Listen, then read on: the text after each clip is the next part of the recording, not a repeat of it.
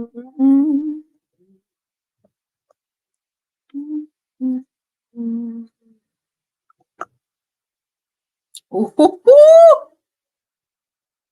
boy. Oh, it's a great night to be a Tiger. Unless you're a Tennessee State Tiger. It's a great day to be a Jackson State Tiger. Unless you're a Grambling State Tiger. It's not necessarily a great night yet for a couple of Tigers. But it's a great day to be a Jackson State Tiger. And it made it big time, Willie.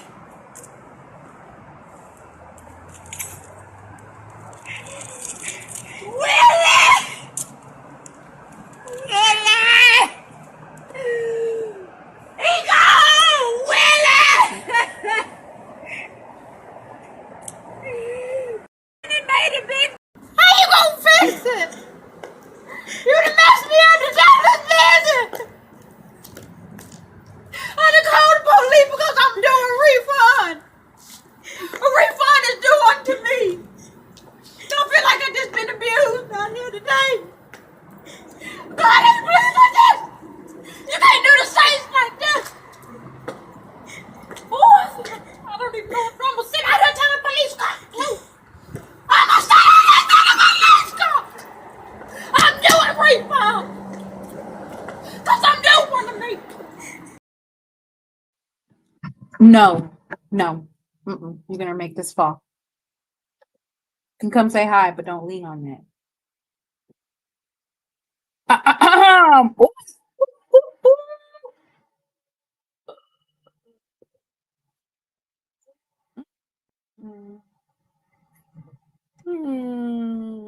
What they say? Win today. Win today. All right. So there's a lot of folks that commenting last season. They were real loud about other teams needing to go D2. They were real loud about other teams going D2 at the end of last season.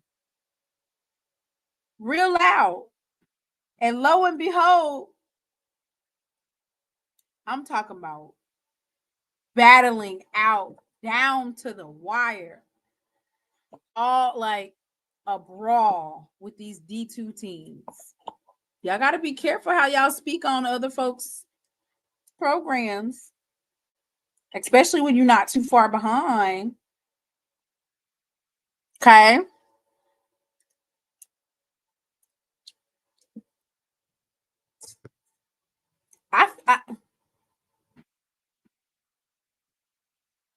I don't know what he said to them young men in that locker, but I know he went off, okay?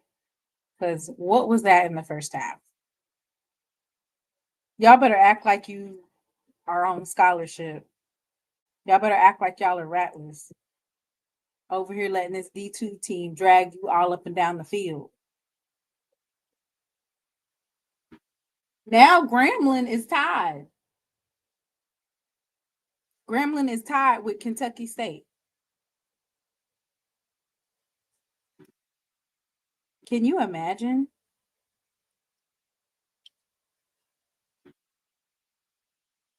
Say hi. Go ahead.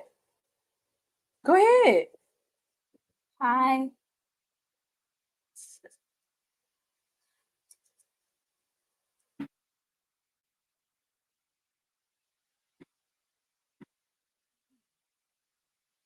Uh-oh, Mr. Haynes made sure he was in attendance. He made sure he made it tonight. How you doing, Mr. Haynes? He want to make sure y'all know that South Carolina State, the reigning MEAC champions, beat Bethune-Cookman.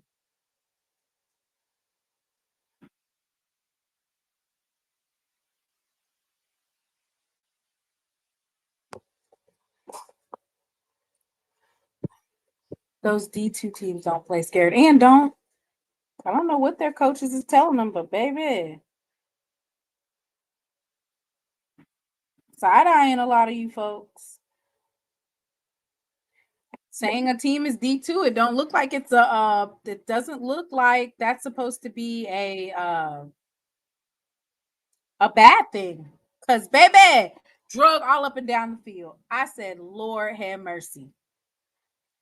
Oh my goodness. So we're getting ready to get into it. Of course, I want to start with none other than the illustrious. Well, I think what I'm gonna do is I'm gonna read out the scores. Let's do that. Okay. So right now, Grambling and Kentucky State are in a battle. They are tied 31-31. It didn't seem like Kentucky State had no type of drop off. You know, usually we talk about separation and like, you know, them getting tired. Nope, not at all. Not at all. Okay, so let's look at the scores for today. There was so much that was played, and you know, it was just a great day for HBCU football. Towards the night, a lot of these games are down to the wire. I want to say A&T and Hampton are tied right now and went to overtime. So this is a huge night for football. For A&T and Hampton, they're in the same conference, so this is a big game for them. So Kentucky State has the ball, and they are driving 31-31 with Grambling, neck and neck. Southern versus Fresno.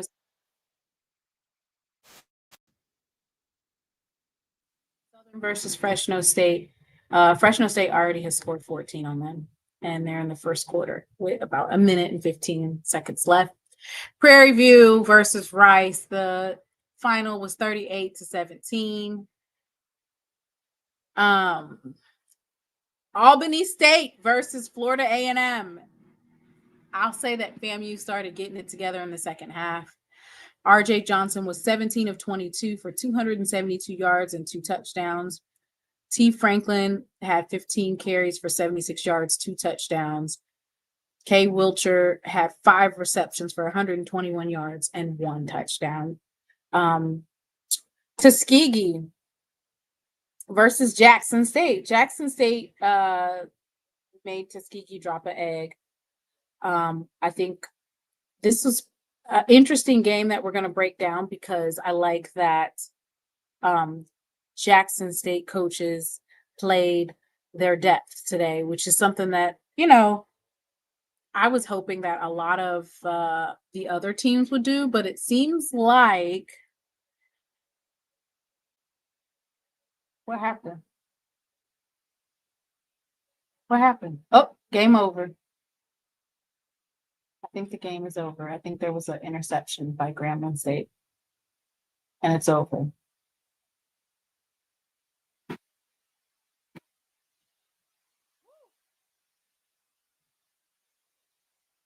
It's over.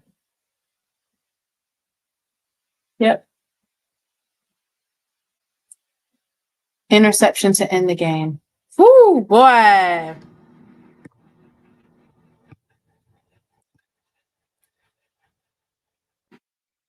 Grambling win with touchdown return on fumble. Okay. Kentucky State fumbled. Damn.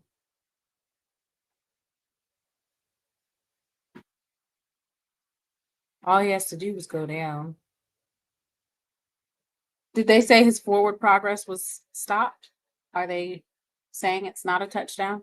Ooh, under review. Baby, them SWAC refs, if it's one thing they're going to do, they're going to throw a flag. They're going to review something. They're going to talk about it and find something. So you see what I'm saying? These SWAC games are ridiculous. So we got to the introduction of Jared Lockhart, freshman from Charlotte, North Carolina, Myers Park. He was 14 of 20 today, 257 yards, 1 touchdown. I want to say he had 1 interception. And then, of course, we had Miller today at running back with 8 carries and 69 yards.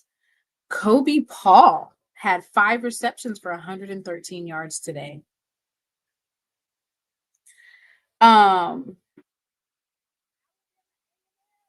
And Tennessee State in a close one for the Legacy Series. Alabama A&M 23 to Tennessee State 21. Cornelius Brown was 21 of 33 for 329 yards and 2 touchdowns. Rhymes, which he is a Southern transfer, he's at Tennessee State, had 24 carries for 111 yards and 1 touchdown. Abner, which is a tight end for Alabama A&M, had 6 receptions for 104 yards. Okay, they usually utilizing them tight ends. Okay. Miles College versus Alabama State. It ended up being 37-9. Andrew Body was 14 of 16 for 251 yards and 4 touchdowns. He had 7 carries for 60 yards rushing.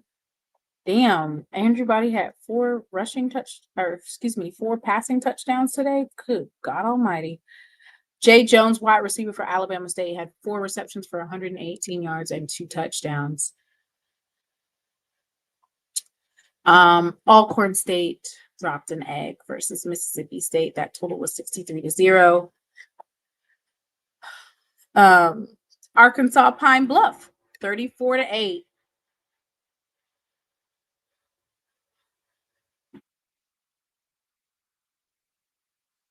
So what did they end up doing?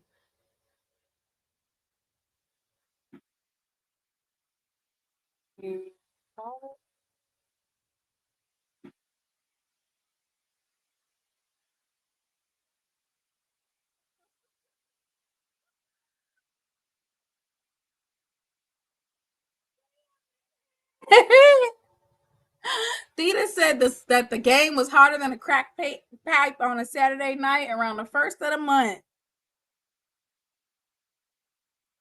Lord.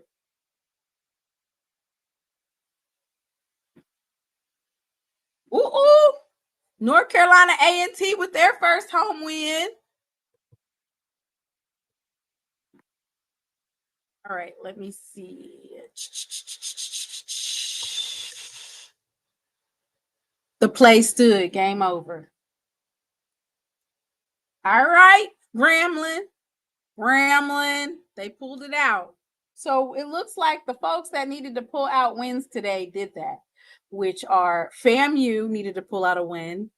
North Carolina A&T needed to pull out a win. And FAMU, Grambling, and North Carolina A&T, they need to pull out a win. But we should definitely talk about how does it mean something when you battling it out with a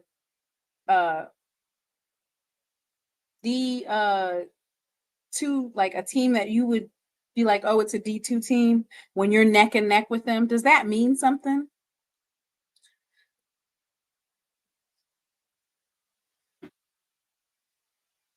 Don't that mean you really can't say nothing about nobody? SWAC refs are terrible. Definitely home cooking. What they say about playing in the hole now, y'all. Don't act like y'all don't know how it goes in the hole.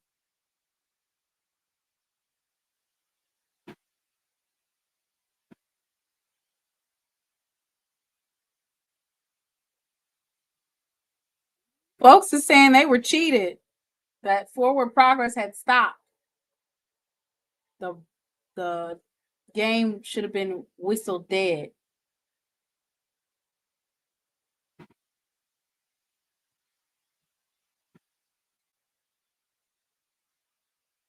A&T played Hampton. Ooh, y'all folks over there talking about they cheated.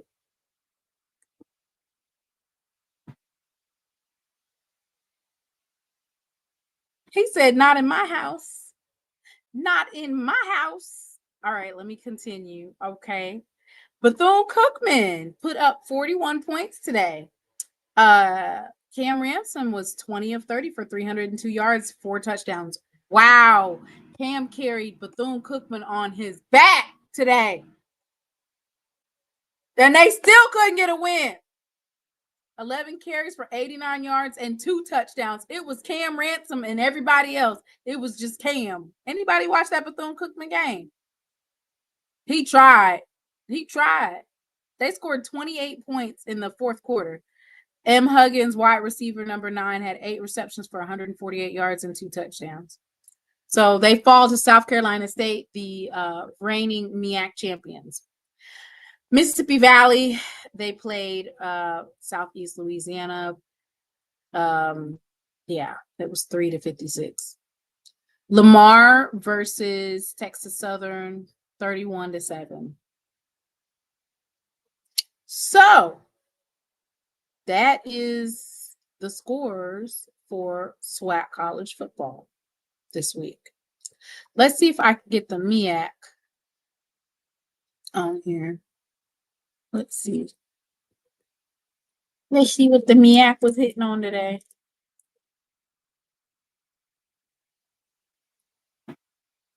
Do y'all have a MEAC college football scoreboard? Oh, they have one for the SWAC. Let's see. Yep, they got one. All right, let's see what you guys are looking like.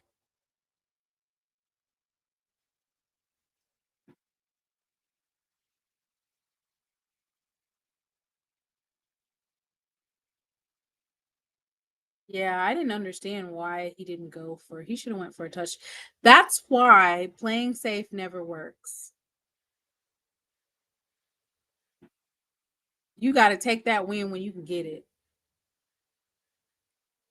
All right, so Howard whooped up on Morehouse. This is the Bougie Bowl or the Bougie Invitational, according to Dr. Kanisha. They scored 38-10. Delaware State, they are 2-1 in conference. Howard is 2-1 as well, or not 2-1 in conference. They're 2-1 overall. Delaware State is 2-1 overall as well, undefeated at home. Delaware State won 36-14. Kay Bennett is their quarterback. He was 17 of 29 for 179 yards and 2 touchdowns. Jay Jones was 8 carries for 100 yards. And then P. Wesley was 6 receptions for 71 yards and 1 touchdown. Norfolk versus Rutgers. Rutgers is undefeated, of course, and they scored 60-10 versus Norfolk. Morgan State, good God Almighty. Toledo skull drug them, 60-0. Tough time to be, very tough time for the MEAC this week. Except for South Carolina State and North Carolina Central. Fayetteville State played North Carolina Central 49-19. Walker, Texas Ranger Harris was 23 of 36 for 387 yards, 3 touchdowns. Running back B Council was 11 carries for 94 yards and 1 touchdown. And Peterson was 3 receptions for 91 yards. So some of these scores, it's kind of like it's expected. They still shooting fireworks in Grambling.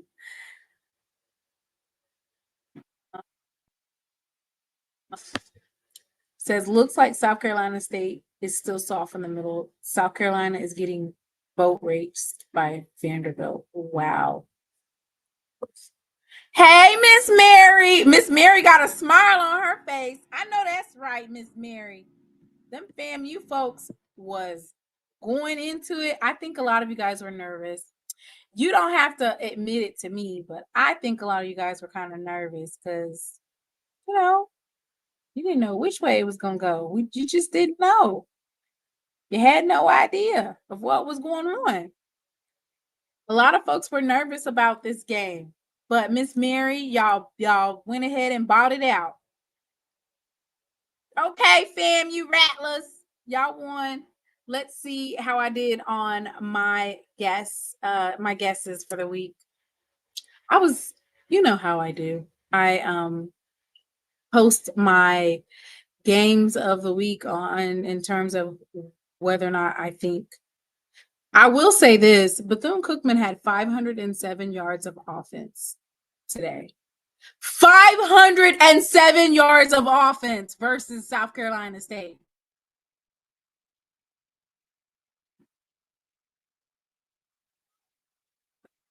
Oh, and these are two D1 teams.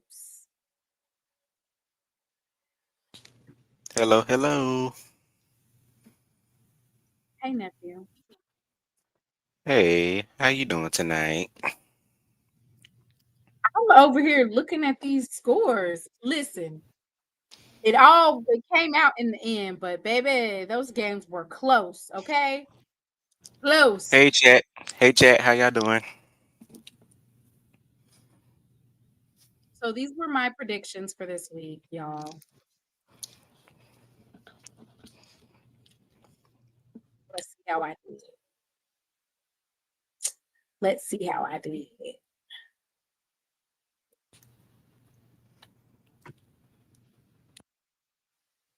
See.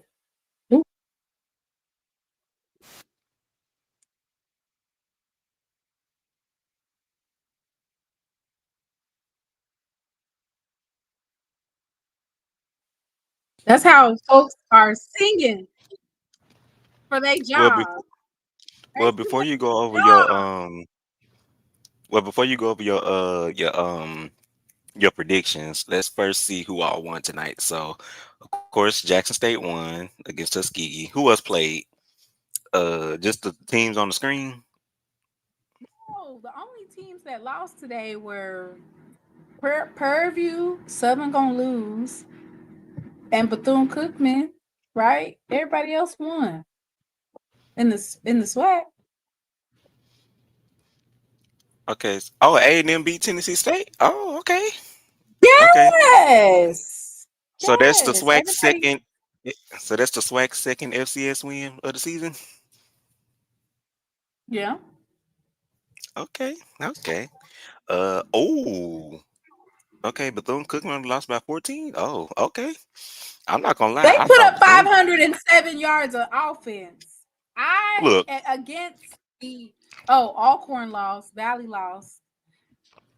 Oh, Alcorn lost tonight. Oh man. Oh, They oh wait, I said forgot they Edward played Mississippi Waters beat State. I Virginia forgot. Union in a stunner, and Edward Waters goes to Bethune-Cookman next week, and folks are giving the side eye to Coach. Okay, I'm not gonna lie. I thought Bethune was gonna get blew out by South Carolina State, but I'm looking at this score. I said, "Oh, okay." They put They up played a little. 507 yards of worth of offense. So I think versus the reigning MEAC champions, I know somebody in there said nobody takes the watered down MEAC seriously, but 507 yards. Baby, can we talk about Jackson State dominating? That by 30 is by 40 by my accounts. I still say by 40. Don't you? Yeah, just shout out to TC. Mr. Undefeated in get back games. I told I'm you, didn't I tell you? I'm just happy we avenged that loss in 2017. Man, I'm very what? happy about that. Okay, so we have a lot of problems in the SWAC, and one of them is this special teams. Not Jackson State, though. We don't have those problems, but the rest of the SWAC, not having good special teams, that's going to do you in every time. Now, you guys escaped versus some D2 teams who also didn't have special teams, but that's not, that's definitely something that when you look at down the stretch, especially in conference games, the special teams and the kicker not getting some of those field goals, that's going to come back to haunt you.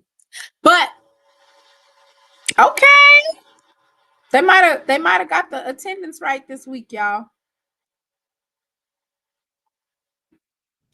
What was the attendance? 18,000. They might have got it right this week. 18,642. Which for it to be 100 degrees outside, that's not bad. That's not bad at all, y'all. 100, that's not bad at all, y'all. I feel like That's pretty good for it to be 100 degrees in there. I like that. All right. So, Jay, you went to the game, didn't you? Did you make the game? Yeah, I eventually made it. Can you tell me about the heat? How was it? And the fans, like, can you talk a little bit about it? Well, I will say, the heat does what it does, and we did have somebody had to get escorted out because of the heat. But other than that, it was hot as usual. But we did have Vita said that it was hotter than a crack pipe on a Saturday, at the first of the month. Not a crack pipe. That is crazy. Hotter than a crack pipe on a Saturday. I do. But we did have a good breeze in there, so it actually felt good in there. But yeah, it was hot though. You had what now? I said there was a breeze in there, from time to time, so it did feel a little good in there from time to time, but it was hot.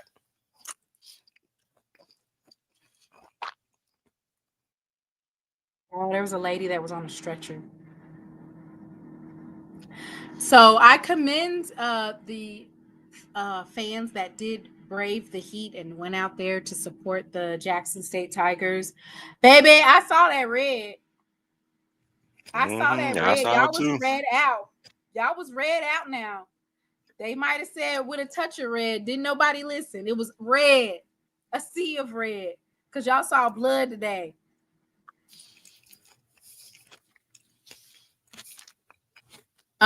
So I'm so excited. I'm so excited to break down this game. You want to know why I'm so excited? Because out of all of the games that took place today, Jackson State was probably the only one that went into their depth, didn't play starters the whole game, switched folks out. And even though the play calling was pretty vanilla in terms of how the play calling was, I felt like we got to see the depth of our team. We had a chance to, get a peeled back layer of all that is Jackson State. And with that being said,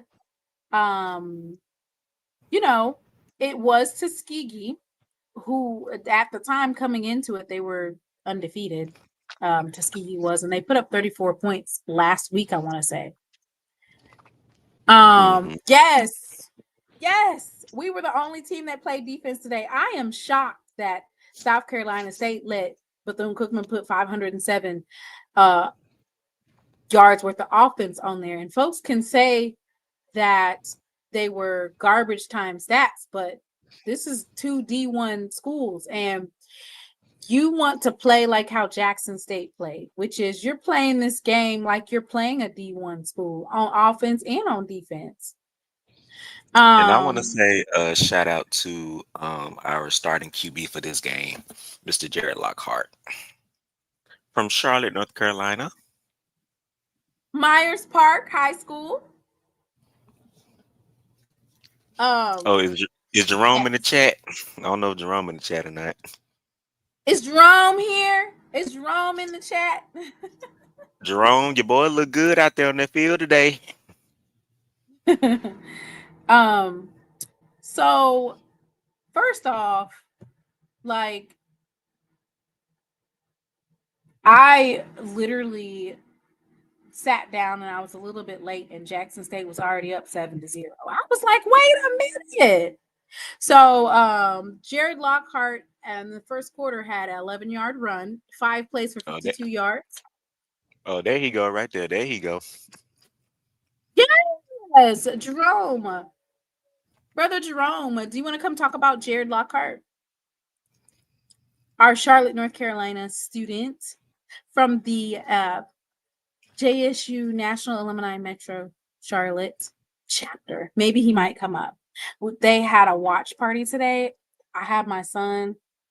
I wasn't feeling it today with Brax in public. I wasn't feeling it today. Oh. Hey, brother Jerome. Hey, What's up, D Love, Jerome? what's going on, y'all? How y'all doing? What's up, Jerome? Hey, doing well, man. Let me turn this TV down. Hold on. Okay. Simona, I miss you at the watch party. I know. I had Braxton. I wasn't feeling it today with Brax. Oh no, I feel you. Listen, Tuskegee alumni showed up. And I saw it. Tuskegee showed out. I was like, dang. Now I feel bad because I'm like, dang, me and Brax needed to be there. I needed some backup, like, but we held it down. But no, hey, big shout out to our Metro Charlotte student, Jared Lockhart. So proud of that young man. I know during National Signing Day in February, we had some alums from the chapter to go out to Myers Park. Shout out to Thaddeus Reed of Reed Enterprise. I was able to FedEx some like overnight apparel for him for National Signing Day. And, you know, just since that time, having a great opportunity to communicate with Garrett via text and phone. But we're so proud of him. I've always heard great things about him when he was in high school, but to see him today, just, you know, in his solidified it. Absolutely. And here's the thing, you know, I think he had a post on social media today that said this was the anniversary of his injury. I think this time last year, he injured his knee, which was like a season-ending injury. And some of those FBS offers were rescinded. But, you know, here comes Jackson State with the offer, and he chose us. Just so glad that he and his parents are locked in to D I Love. But he took the bull by the horns today and definitely represented. But he looked so poised. He looked very experienced and comfortable. So that's one thing that's really surprised a lot of us at the watch party. But the future for JSU football looks very bright.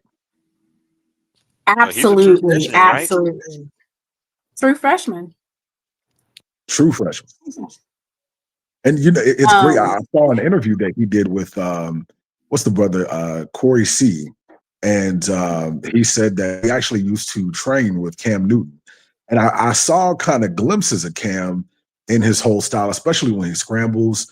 And it's great that we have a true, what do you call it, like a dual threat quarterback that can read defenses and get out of the way when needed. So that's very refreshing. Yes. So 3-star recruit by Rivals.com, ranked as the 31st best player in the Observer's top 50 Charlotte area high school football player list. He was named Player of the Year during junior year, named MVP, honor roll student. He had interest from Boston College, Marshall, Syracuse, UConn, Akron, North Carolina A&T, and Clemson.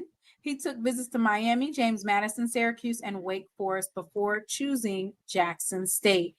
He's the son of Dasmar and Janelle Johnson Lockhart. He has 3 relatives playing collegiate or professionally, including Rondell Lockhart in the NFL.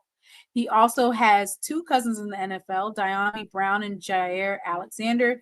He's majoring in sports medicine. So, you know, I'm excited. Like you said, our future is bright. I always say that, you know, in terms of the building blocks of Jackson State football and the dynasty, we have the best quarterback room in the SWAC. Well, I think Absolutely. in HBCU football, running back room as well in HBCU football. You know, and then our defense, of course, all of that. So other thing. And let me say this as well. You know, I honestly feel he would have had 1 or 2 additional touchdowns on that first drive. I think the second drive, they were called back. Do you remember that? Because it was holding. They had some type of like penalty that they came out with. Yeah, hey. But I'm sorry, who's that? Hey, I just want to say this before. What's going on, my brother? What's going on, Mr. Mona? I want to say this before I go to bed. Grambling, FAMU, take y'all ass back to spring training. That was embarrassing. I don't give a damn what nobody say. That was embarrassing. Both programs look like ass tonight. They struggle with teams that they outweighed by hundreds of pounds. That is horrible to look at the SWAC. FAMU, take your ass back to the MEAC. Grambling, what the hell was you doing? I ain't pulling no punches no more. I'm tired of giving folks the benefit of the doubt. I am 38 hot at those programs. If you was a recruit looking at Grambling and FAMU tonight, would you really want to go to either one of those programs? Hell no. I'm telling you now. It was only one team today showed dominance versus the SIAC versus the SWAC. Kentucky State should feel good. Albany State should feel damn good. Morehouse, meet them in a classroom. That's the only thing I can say about Morehouse. If you're in the classroom, they're going to whoop your ass. But those other two schools, oh my goodness, that was embarrassing. I don't give a damn if they was trying to play backups or if they was trying new stuff. That was embarrassing tonight. SWAC, get y'all shit together. I'm telling you, you're lucky I had enough old English 800 because I would have stopped streaming those damn games. I've never seen Grambling and FAMU play this horrible. Maybe Mr. Ford is right. Get Mr. Ford up in here and fire everybody. Y'all have a good night. I'm going to bed. Talk to y'all later. All right. We'll see you next week. All right. All right. Well, that's You said fire everybody. And you know, it really is embarrassing because right now we are 0-3 versus the MEAC this season. That's not a good look. Well, come on. Look at who they schedule. Let's be fair. Come on now. Right. You knew who to schedule and who not to. I would take it with a grain of salt. And I think Bethune-Cookman, they did put up 507 yards worth of offense. You call them garbage stats if you want to. Cam Ransom put Bethune-Cookman on his back. Wow. 507 yards, and they scored 28 points in the fourth quarter. Wow. But let's talk about Jackson State's dominant defense. Absolutely. Hey, so who stood out to you from the first half and the second half? So I'm gonna be honest with you. In terms of like our defense and the ability for us to make those tackles at the right time to Reed Pulliam definitely stood out to me defensively. Then Quincy Ivory, he just comes off of the charts. He had 3 solo tackles, 4 assists for 7 total tackles. He had 2 tackles for loss for 6 yards. And, you know, Reed Pulliam, of course. John Brown had a tackle for loss for 14 yards. I think that, you know, we were able to see our full special teams and the rotation of our defense and just see how dominant we are. Just the penalties, Jerome. Yeah, those penalties are very frustrating and kind of mental errors, but I definitely feel like in this off week, we're going to heal up, but also clean up some of those mental errors. I want to say they had somebody put in the chat we have had like 35 penalties in the last 3 weeks. Wow. So the Southern Miss game, I felt like a lot of those penalties were obviously home cooking, right? But some of those, like when we had them on the ropes at 3rd and long, you know, we had a couple of encroachment calls. Those weren't mistakes on part of USM, so those were our fault, the encroachment calls. But some of those penalties versus USM, I felt like they were BS. Langston losing 80-0 to UTRGV. Wow. UTRG. I've never heard of it. It sounds like a streaming network. What is that? They are Rio Grande. It's the Rio Grande Valley of That's the one that beat Prairie View last week. Wow. Ain't even nothing. They're FCS? Yes, and that's the thing. Like, that's the separation that's taking place. They're playing a D2 school, right? Or NA, I don't know. Is Langston NAIA?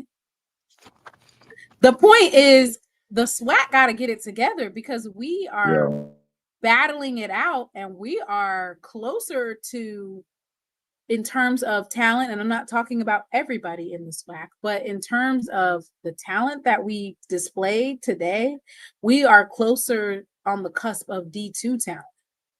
Because they were very close games. Jerome, do you remember when they were saying like certain schools need to go D2? Absolutely. Those weren't the teams that they're saying should be D2 were not the teams that were struggling with D2 talent today. I mean, well, I don't know. I've been saying, fam, you should go D2 for a while. And, you know, I think they proved my point. But no, I will say, I don't know if it's the talent or it's the coaching. You know what I'm saying? Like, I think the coaching in the SWAC has kind of regressed. I feel like Jackson State is definitely doing their thing, but the other staffs, not so much. It's really time to start talking about intramural football or flag. Flag football for who? USM beat Appalachian State with a similar score to ours. That's why I didn't feel bad last week. You know what? I felt like we did a really good showing last week. I really do. But it does hurt a little bit to see the likes of Grambling struggling with Kentucky State or FAMU struggling with Albany State. And these are supposed to be some of our premier programs that we have to go up against. It doesn't look good.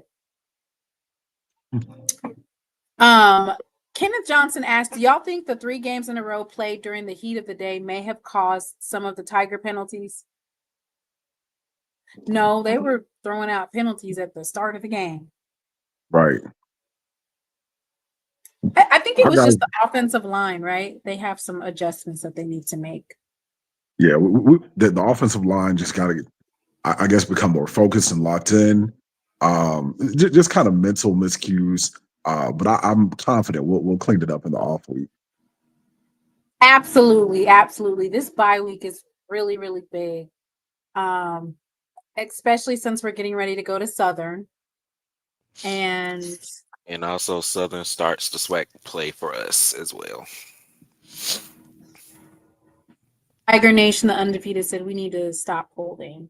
Yeah, that's definitely it. Was, some holding calls, but that's just the offensive lineman protecting the quarterback, trying to make those lanes, and they just hold on a little bit too long towards the end, kind of like grabbing the jersey for those holding calls. So once again, those are things that we're going to definitely clean up. I will say this week, I was glad to see us open up the air attack and attack the downfield or down the field a lot more this week. From the wide receiver. I feel like we did that. They just wasn't catching them, Jerome. Oh, you talking about USM or Hampton? No, like just both of them. Like the play calling was basically, to me, it was the same play calling. Okay. The receivers were catching the balls today. Yeah. To me, it looked more confident as well. Just the execution and just the mindset of the quarterback with the receivers. And Jared has an arm. Like, he was slinging that ball around the field and down the field. So I'm happy about that. I definitely was impressed. And, him being a true freshman and getting that opportunity, it was great to see. I'm also happy that they rested a lot of the starters. And like you said, they're going to be able to heal up this week, fix those mistakes. I feel like our defense is going to be what it is. It's been that way since last year, and I feel like it's going to continue to be that way throughout the season. Tony Cook, the play calling was no different than it's been the last couple of weeks. They were just catching the ball. The run second down, run third, or run first down, run second down, pass, deep ball, caught. Jared was definitely airing it out. Yes, he was.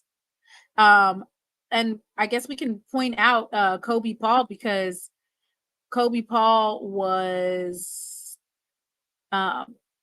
definitely turned it up a notch. And he's actually from Trinity Christian High School. He's been here since the beginning of Prime. He's a Prime recruit. He went to the same school as Shador Sanders. 6'1" wide receiver from Dallas, Texas. He's a graduate student now. And he was able to basically got some catches in, and he was definitely important in terms of getting that ball down the field. So congratulations. And then we had Janalian Dupree as well. That's Marcus Dupree's son. Let me see. I want to say, let's see. Janalian Dupree had 2 receptions for 57 yards. His longest was 47 yards. Jameel Gardner had 4 receptions for 47 yards and 1 touchdown. His longest reception was 21 yards. Marvin Landy, our tight end, had 1 reception for 15 yards. Denario Davenport, receiving wise, he had 1 reception for 13 yards. Travis Terrell had 1 reception for 12 yards, and Nathan Rembert had 1 reception for 2 yards. So they had 259 total receiving yards. Jameel Gardner was the only one that got a touchdown, a receiving touchdown. And then they had 252 yards worth of rushing. Nice. How did Ahmad Miller do today? Ahmad had 8 attempts for 69 yards. Okay. Yep. Denario Davenport had 9 attempts for 57 yards rushing. In terms of even our quarterback had 11 attempts for 57 yards. So good rushing, good amount of passing, even. So 259 rushing and 287 rushing and 259 receiving. That's a pretty balanced offense tonight, or that we had today. Pretty balanced team. And that's what you like to see. Balance. What do you think about this Southern game, Jerome? So I know Southern has an off week next week as well, but I honestly don't see. Look, Southern has not looked impressed. Have they won a game yet? I don't think they have. Because I know they lost to Bama State, they lost to Central, and I think they got a game tonight. They're going versus Fresno State, and it's not like they're currently losing to Fresno right now. So right now they're 1-2 right now. They're 1-2. Who do they beat? They beat Valley in the close game. Okay. 29-34. I remember that. 29-34. Yeah, I just don't. I feel it's a lack of confidence with them getting beat up so much. They got to look at that coach who they know they can't coach, and then and the band is sorry, and then the fans protesting. I just feel like all of that is a combination of them going out to play Jackson State, and I feel like they're gonna lay down. Like, just being honest. Ooh, not lay down.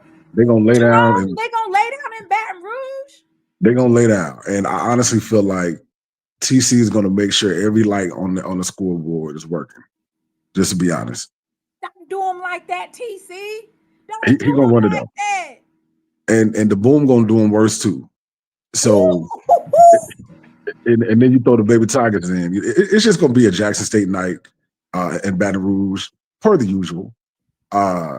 So what do you say? Southern offense looks better when. So who's the new quarterback for Southern? Let me look that up. Now listen. Now you know the quarterback coach is Fred McNair, right? And then he's quarterback coach turned OC. So he might have known, like, you know, all along, like, this is the quarterback that needs to be starting, because he knows his quarterbacks and he knows, you know, what type of talent they have. And he wasn't the offensive coordinator, so he didn't have any say so. Let me see if I can get the stats. What's the score right now? 7-28. Okay.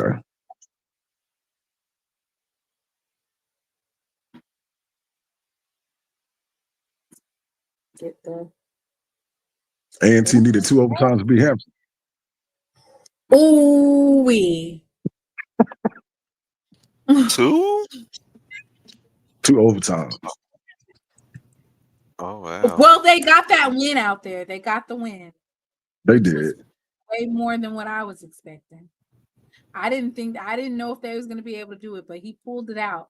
And you know what? That has to be a great feeling for North Carolina A&T, because Hampton been dragging them all up and down the field. Thanks. Like, And the Aggie Eagles next week, right? is it? I think so. I might pull up to that one. Yeah, think it it is. is. September 20th, 3 p.m. Oh, it's a 3 o'clock game. Okay. Stay in Charlotte. Is it in Greensboro? Yeah. Yep, Oh, wow. Aggie Stadium. Oh wow. Let's see. Who is their quarterback? I don't see him on here. He must be a secret.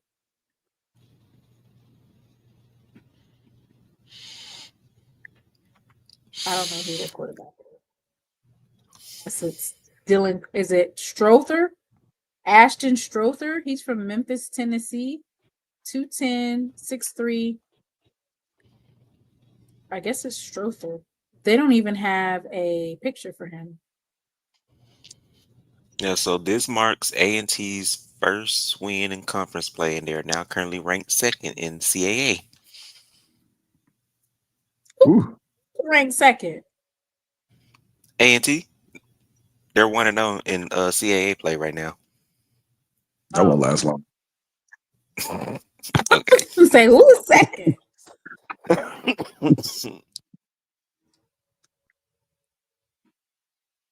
Yeah, so I think that moving forward, especially when we go into SWAC play, it'll definitely be Jackson State versus Jackson State.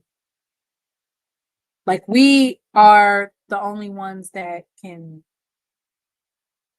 you know, hurt ourselves in that capacity in terms of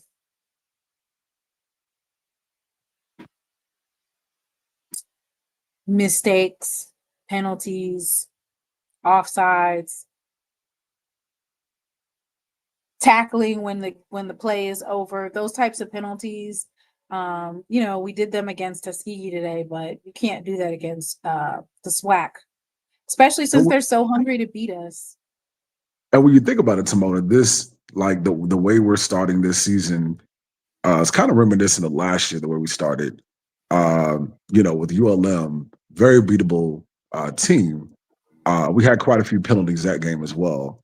And then, you know, losing to Grambling, just a lot of not being focused and disciplined. And then we ran the table. So I feel like once our guys get locked in this week, we'll be fine.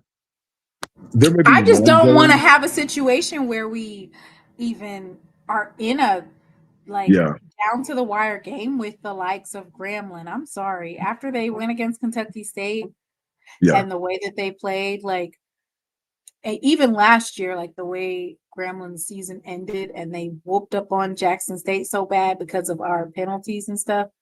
It's just one of those things where you want to dominate on all cylinders. So I think that today Jackson State showed that our offense is there as well. It's all about executing, next week and reducing penalties, especially since there's going to be some, I'm not going to say home cooking, but we're in Southern. It's very, very tumultuous to be in there. The fans, the atmosphere, like, you know, folks going to be trying to take our head off and vice versa.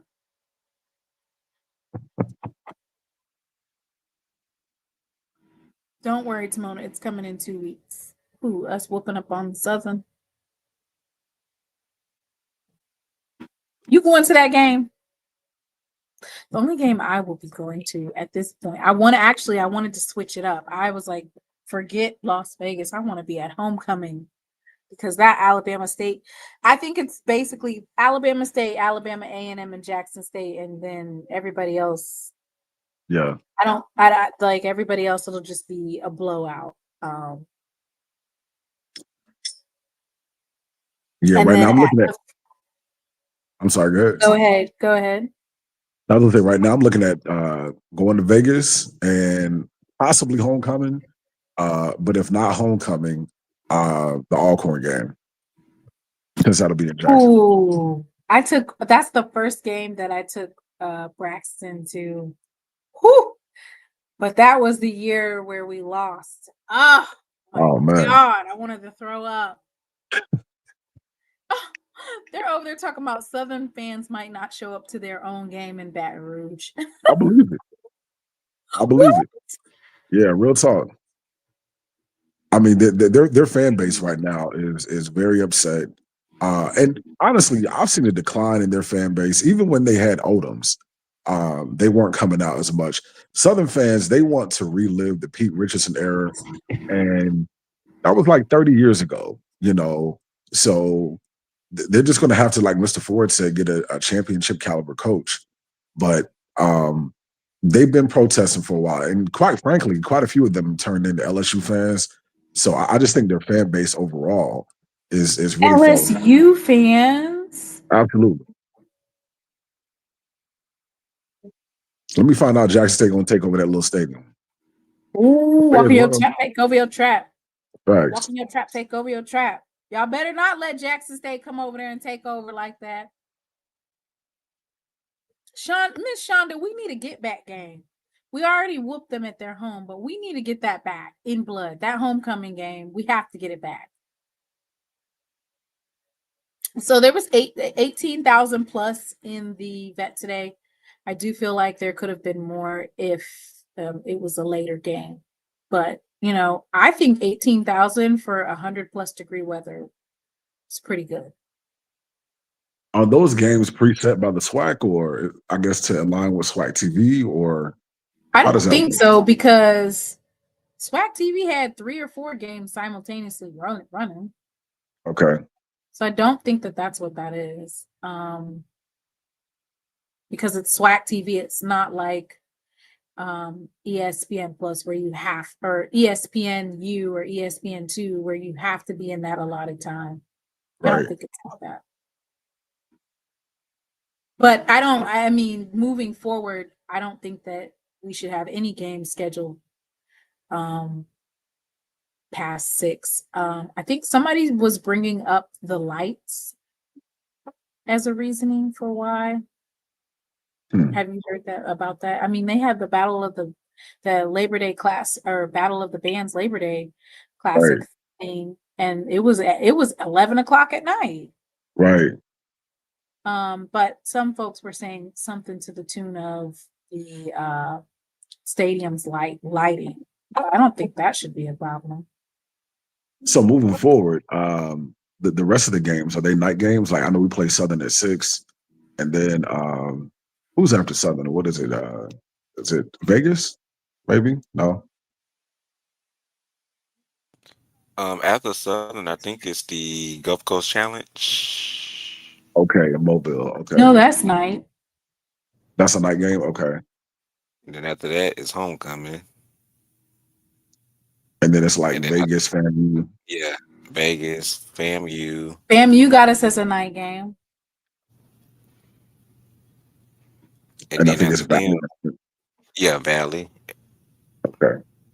No home games at night. So maybe the thing is, which by late by October, then a day game is fine, right? Right. The weather's not gonna be too bad. But big shout out to the JSU Nation for showing up today and all that red. They look really good on TV. Didn't it though? I said Yeah. they said who not wearing red? Who not wearing red? Red out. I know Man, that they said that we were changing our colors to a touch of red, but everybody had on their blood red, all red. thanks. Not a touch of red, it's a sea of red. And what did you think about the uniforms? I thought that they were an homage to the old school WC Gordon era. Definitely. I love the red face mask and the trim. I honestly feel like that they should keep those helmets with the red face mask, etc. But it just pops. It looks like Jackson State. It just gave like homage to the WC Gordon era. Like the helmet with the block, with the red block, that's all WC Gordon through and through. So, and I want to say Big Daddy as well, because when I first started watching Jackson State football, 98, I want to say they had that red block on the helmet as well. So I got to go back and look at some photos. Somebody in the chat might be able to correct me, but I feel like they had that same look under Big Daddy. Yeah, I think Ken said that on his live this morning. Okay. Need to get answers. Blood Stadium. I think that we're gonna be flawless. The weather's gonna be nice. You know, it's gonna be a beautiful day. I think the red face mask is interchangeable. Oh wow. They fancy, ain't they? And just from looking at the MEAC right now, who in your opinion looks like the front runner? We all know Norfolk look. I'm really disappointed in Norfolk. They look really bad. But looking at Central and South Carolina State, I feel like that's what's going to probably. Now I won't sleep on Delaware State because they've been playing pretty solid. Getting ready to say Delaware State's been surprising folks. I know that everybody was like Delaware State's not like that, but I know Morgan State had 60 put up on them today, and they didn't score at all. I was like, Wow. Who they play? Townsend? Toledo, maybe. Okay.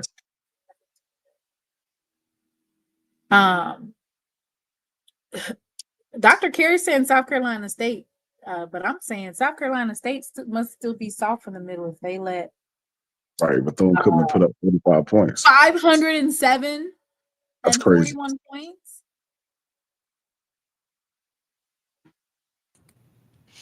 Well, as of now, the MEAC it's currently a three-way tie between Delaware State, South Carolina State, and Howard. So they're all Howard. So they're all 2-1 overall. Delaware State and South Carolina State are undefeated at home at 2-0, and Howard is 1-0 in home, and they all have Delaware loss State is winning the MEAC. No, Norfolk got skull drugged today by was it Richmond? They got beat down today. It was Rutgers. I know years 83 to 90 for sure for WC Gordon era. Freddie says we didn't wear the blue with red trim jerseys today due to a uniform mishap, but the blue and white jerseys work well with the WC Gordon helmets. Yeah, and then the players, of course, they had their red gloves, red socks. It was good. It was good. And then I liked the sea of red, like you said. Jackson State looked really good. Brother George, why do you keep saying F all these teams? he's not fooling with none of them. Okay. I feel like it's going to be between South Carolina State and North Carolina Central again. Okay.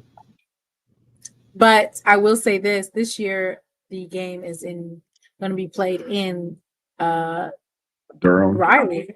Yeah, in Durham. Yeah. And I think they moved that game to a Friday night, didn't they? Why do they keep doing that? The last time they had it on a Thursday night, it was Halloween night. Is that the game they got to fighting? Or was that Howard? Yes. Okay. No, that was them. That was the same one on a Halloween night. And I feel like the very next week, wasn't it Howard and Central that got to fight another game? Oh my God, Howard got to cutting up so bad. Uh-oh. Well, the MEAC speaks South Carolina State or North Carolina Central. I am interested to see how Howard plays in MEAC play because they whooped up on Morehouse. They beat FAMU.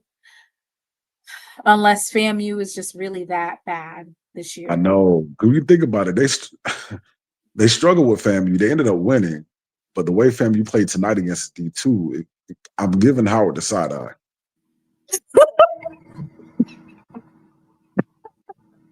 It's just really bad football. Why did you say you're giving them the side eye?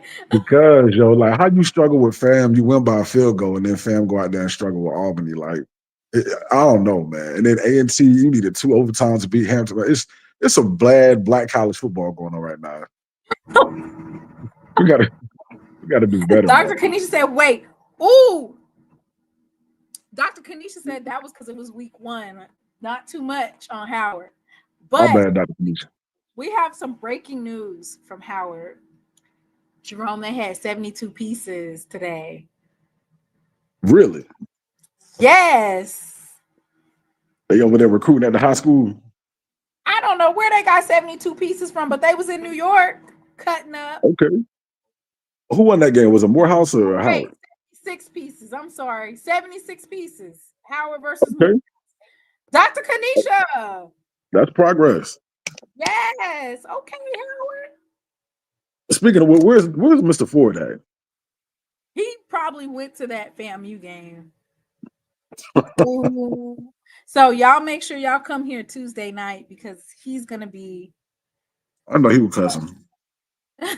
By then he'll have just like Orangey. Right. By then he'll have watched the Grambling game. And what other game did he need to watch? The Bethune-Cookman game. He'll be cussing and fussing. He won't be as animated because he'll have let it settle down. But yeah, he'll watch the Grambling game because I'm gonna ask him about Grambling. That's his school. FAMU recruit. Freddie G said they should recruit from them high schools. FAMU recruit from the neighborhood for their band. Oh Lord.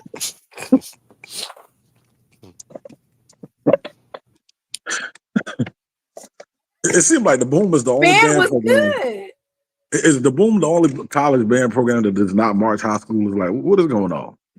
Or convicted Community felons. college. What else did they have out there? Folks from the local church. What kind of who did they have up in there? They just sent out they had flyers that said come and participate in the band. That's I don't know wild, who man. they had, but they said it was over 100 people that wasn't even enrolled. So could have been anybody.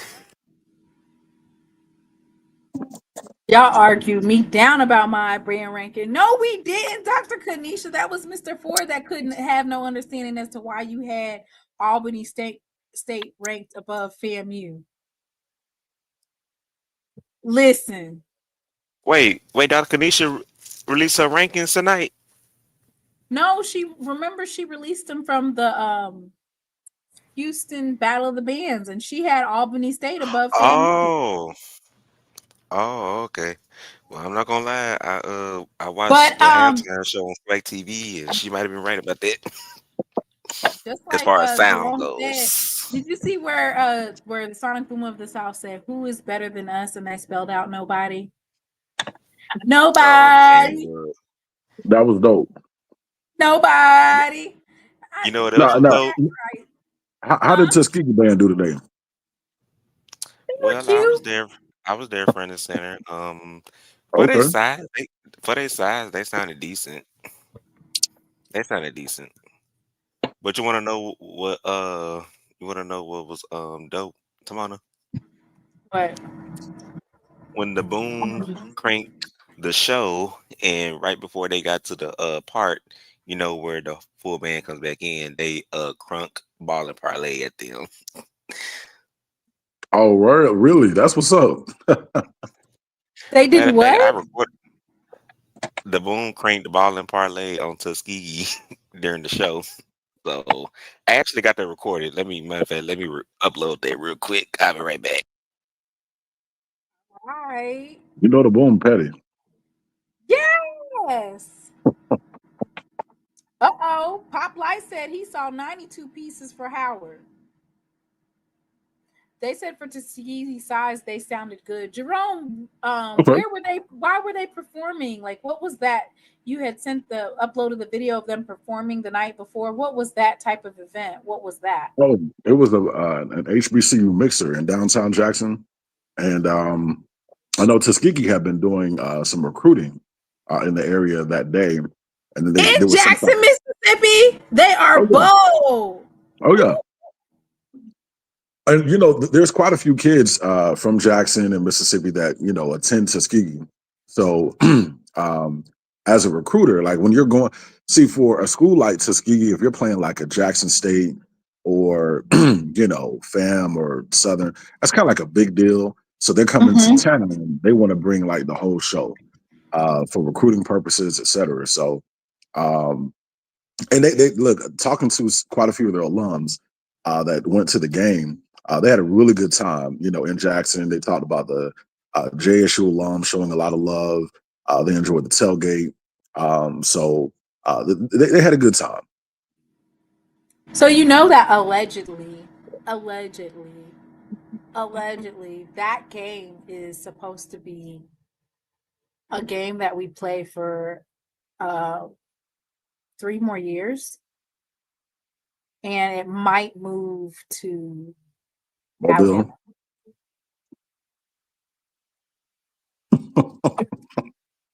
So they're going to replace A&M allegedly.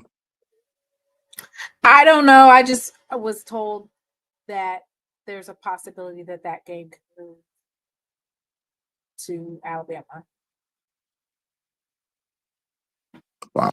Also, am told that one, which I don't know if this has any bearing, but this is what I was told, is that now that Jackson, or not just Jackson State, but now that we have SWAC TV, the commissioner was talking about like how many people viewed SWAC TV like last week. I want to say they had, I think he said like upwards of 60,000 plus watching the Prairie View versus UGRTV or whatever, the Rio Grande Valley team on SWAC TV, right? And that there is a shift maybe in how they're wanting to run the games and the time that they're choosing, because of the fact that they're making money off of the stream. Like they're getting a cut out of that, more substantial than it was with ESPN. Okay, and this is through SWAC TV. Right. So when they say make a shift, does that mean possibly moving some games later? No, like later games not mattering as much, or the fan experience in terms of like making sure that the games are accommodating to your fan base, making it like for instance a game where it's later in the day instead of like 2:00, that they're focusing so on prime time for TV or something like that. That's really interesting. I mean, you TV, what do you think about it? He did make a comment saying that what is it, like Jackson State, I guess, was the most viewed or something like that. What was his exact words? Yeah. So if they noticed that last week, I really wish they would have made that decision today, to possibly move that game from 2:00, maybe to 4 or 6. But nonetheless, good numbers. And I'm all about, They did say they need to fix SWAC TV in terms of the buffering and stuff like that. Oh yeah, that was definitely a problem today, especially towards the end. I thought it And was just me. I was like, is that my yeah, internet buffering like that? I was like, I'm not going live tonight and be paused every 2 seconds, but it wasn't me. It was the SWAC TV buffering. There was moments where when I first turned it on, it looked like 4K. Like, oh yeah, because at one very, point they changed the score. It was like Jackson State 65, Tuskegee 23. I don't know if you caught that. It was like for 5 minutes.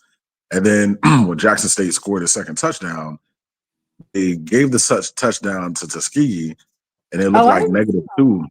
Yeah, it was a lot going on. Oh, That's why I I look didn't know like nothing four about nights. it.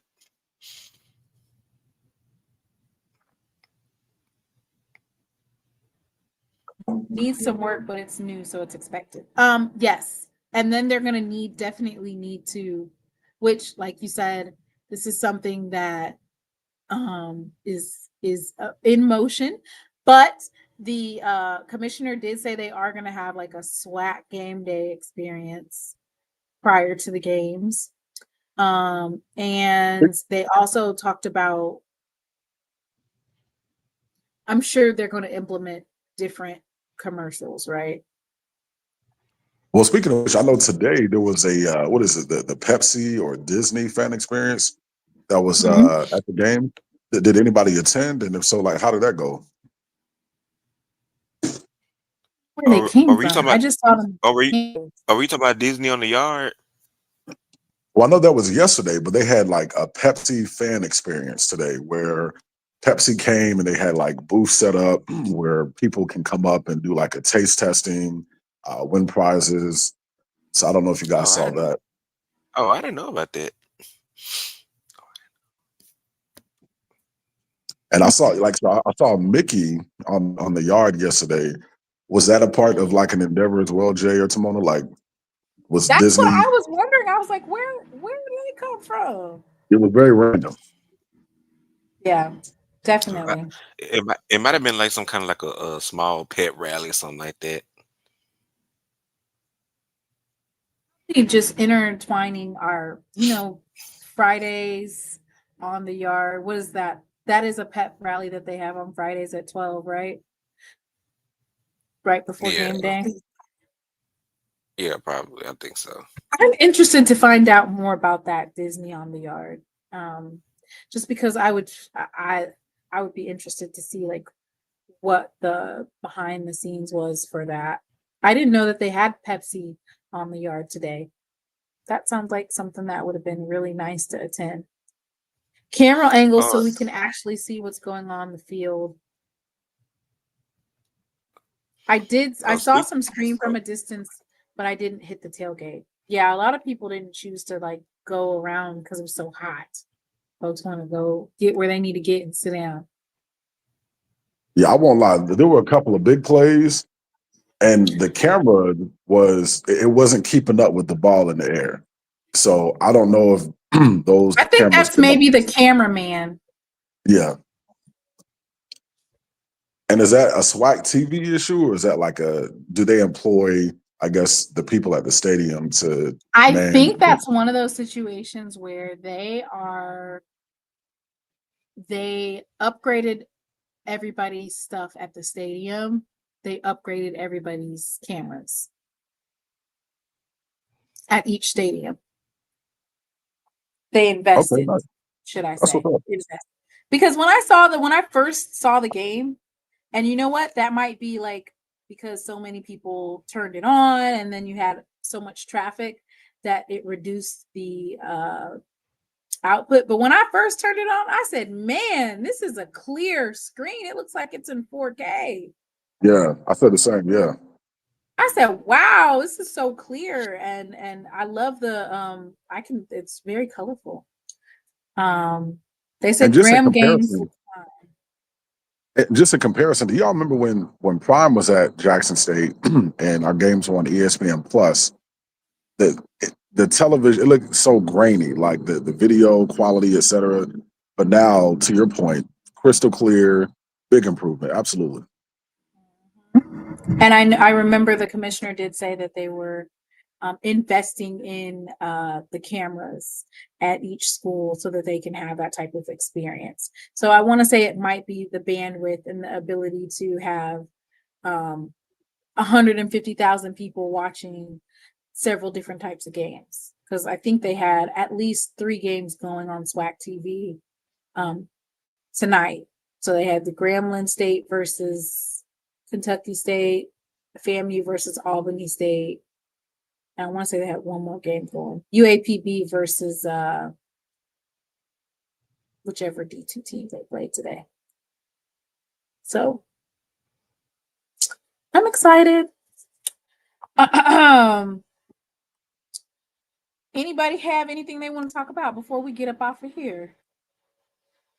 Because outside of our team just, doing an amazing job being dominant on offense and defense. Defense did a great job today. They held Tuskegee to only 85 yards receiving.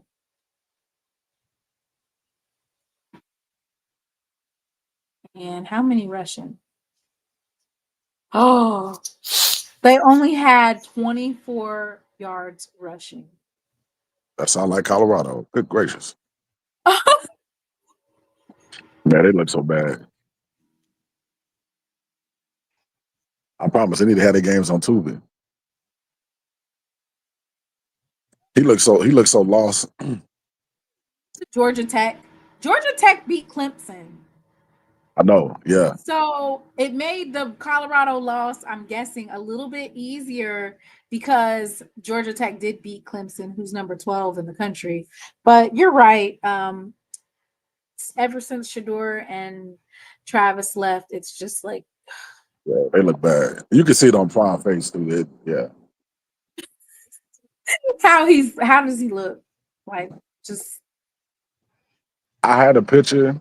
Matter of fact, let me see if I can find it. Hold on. I'm gonna send it to you. Georgia Tech won by a field goal. Yeah, so Georgia Tech is over there beating up on folks. No, Colorado looked bad against Houston. 3 or 4 wins for them this year.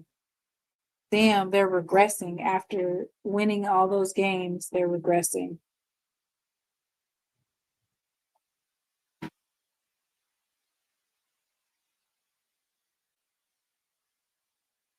So Kai Collins, our punter, it was his first start at Jackson State versus Tuskegee, and he had an average of 42 yards for 3 punts. His longest was 46, one inside the inside the 20, downed at 11, and a win. So congratulations to Kai Collins, and of course that's our punter from Australia.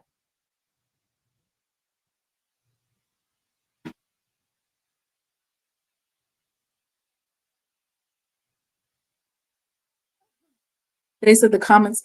I would call Colorado ungrateful. Okay, Colorado is ungrateful. Wasn't nobody checking for Colorado before Prime got there. Call them ungrateful.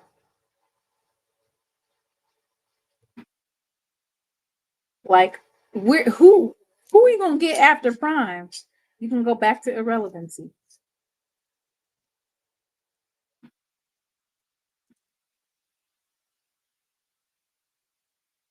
JSU SWAC TV needs to consult with HBCU Go and get them to run the games. So HBCU Go and SWAC TV are 2 different entities. So no, they will not be consulting with HBCU Go. Didn't they say the stream was kind of messing up on HBCU Go too? During the I don't know. You have to ask Dr. Kanisha. Which game? I heard something about a spade game going on during the stream. So I don't know. Oh, okay. Oh yeah, that was last week, wasn't it? They definitely didn't finish out the game for Jackson State and said, "Let's go ahead and play spades here." That's on HBCU coded. It was one No, of them. because what did you think about the commentary, Jerome, of Tally Carr and Mo? Yeah. I mean, normally those are 2 JSU haters, but they were very, surprisingly, they were very favorable today, singing a lot of praises, regarding Jared. It was I. It was I. What you think about it? I was waiting for Mr. Ford to say, Tolly, Tolly. You took a Yeah, picture, I think. I did see that they were saying like, there's a quarterback controversy, and it's like there's not a quarterback controversy. Ooh, he looked just like poor Prime. He looked just like what's that Coach Coach Fred from Alcorn. Just disgusted, just don't know what to do. Just disgusted with the team, like poor Prime. And he's over here. I'm talking about he's sacrificing himself. I would tell those folks in Colorado bye. Like, I really would, because y'all not getting ready to keep talking. But who's that coach next to him? I don't know, but you're not getting ready to keep talking mess to me, and I done sacrificed my body even more than, I'm still here, still coaching these kids. Are their fans turning on them yet? Yes, all in the comments. And it's like, Colorado, what are you going to go back to? You're going to go back to irrelevancy. The irrelevancy that you tried to hold for Jackson State, that's where you guys are going, because nobody wants to play in Colorado. Right. Nobody wants to go play in Colorado. That coach next to him looked distraught. What happened? I was saying that coach standing next to him looked distraught. Like, how is this happening? And they have NFL coaches, $100 million facilities. They have NIL deals. Why doesn't folks want to play for Colorado? Colorado is sorry since our JSU players have left. Ooh. Well, I wasn't gonna say it, but since he said it.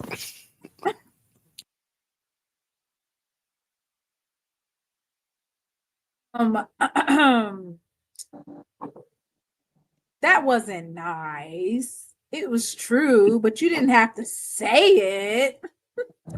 I honestly don't think they're going to win another game this season. Not even, they need to start booking some. You said you don't think they're going to win another game? Oh, they need to move to the SWAC. Because here's the thing, I know they beat Delaware, but looking at looking how they played yesterday versus Houston, it was a close game at halftime, and then you can tell Houston, with the better coaching staff, came out in the second half and made adjustments and just ran away with it. And I feel like that's one thing that Prime and his staff don't do. They don't make adjustments. Even when he was at Jackson State, they just really relied on having more talent than the other team. You can't out talent at the FBS level. It's Right. just not hard. You can't out talent at the FBS level. You got to do something different.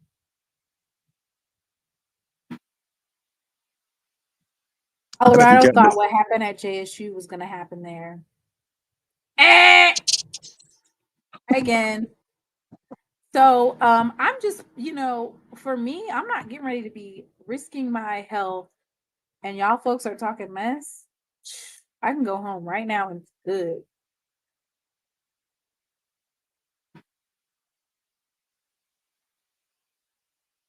And Zapp's laughing on the sideline after the D-line got ran through.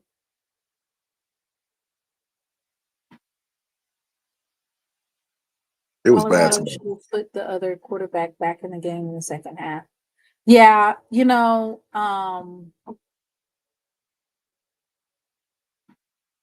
talk about soft in the middle. Man. That offensive line, let's just keep it above. Coach Prime ain't never been able to get the offensive line together, even for his own team. They've always scrambled. So you are right. Aggies were able to get the Pirates in the second overtime. They finally beat them after so many years.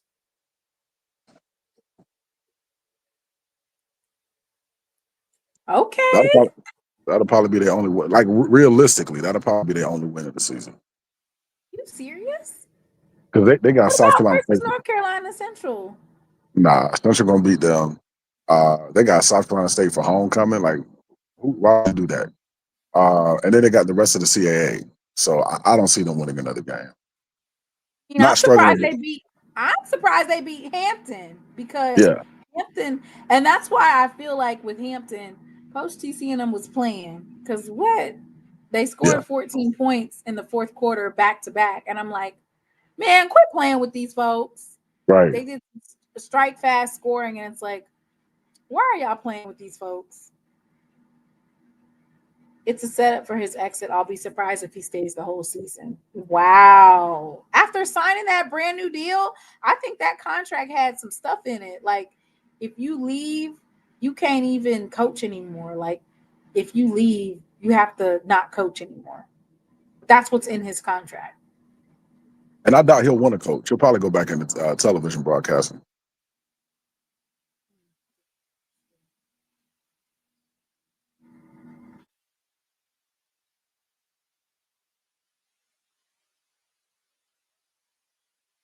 What's my aunt doing?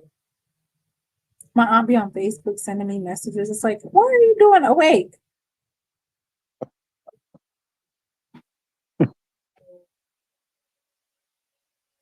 But anyway, I will see you guys on Tuesday. And hopefully we will also see Mr. Ford. Isn't his buyout $50 million? Deion's buyout is $50 million? Even know why he signed the new deal. Maybe he signed that deal so that his son can get drafted.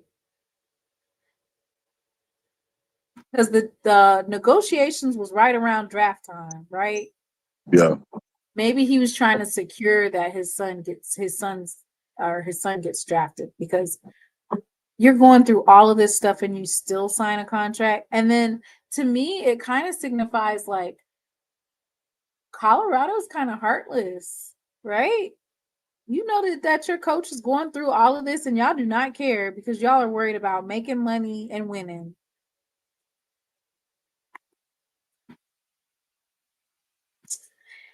Deion, if you leave now, you'll always have your legacy at Jackson State. I would just go with that. I think he's burned those bridges for TV. What? Why would you say he burned bridges for TV?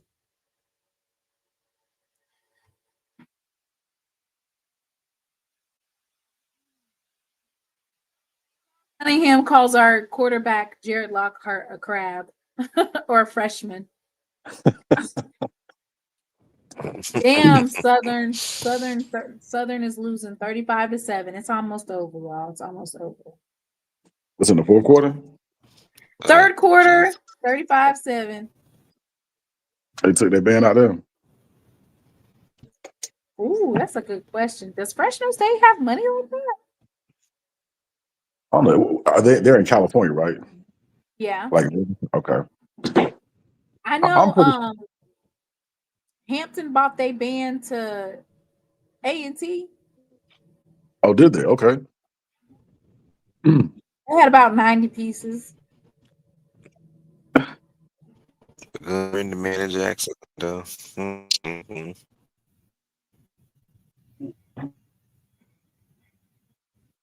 Andre said, I know he missed the praying saints of Jackson.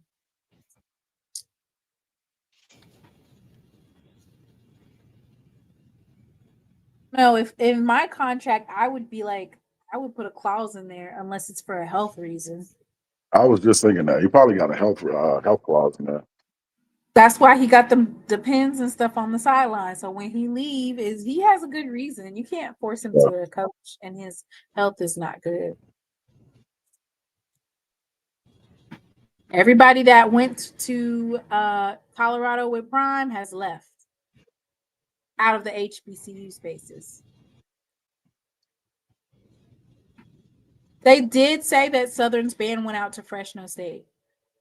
Oh wow, okay. Ed says he doesn't think Dion likes being around black people. I can definitely see that. Are you serious? Yeah, I can see that. Or it's a certain class of black, well, a certain black folk. I can see that. With him being in, I guess, 40 years in the limelight, he's probably used to being around professional athletes, celebrities, etc. If they're black, and I would say more about him, but I'm gonna be cool.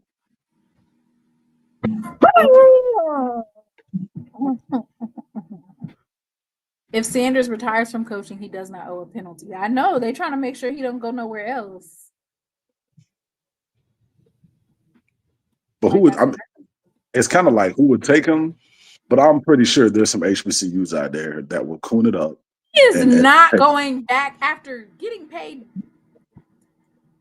that amount of money. He is not going back to a HBCU. Yeah. But as to your point, there are definitely some HBCUs that would be elated to take him and say, "Oh, we got Prime," and Bethune-Cookman. Some folks were saying, "Well, damn, Bethune-Cookman might have needed to take Ed Reed."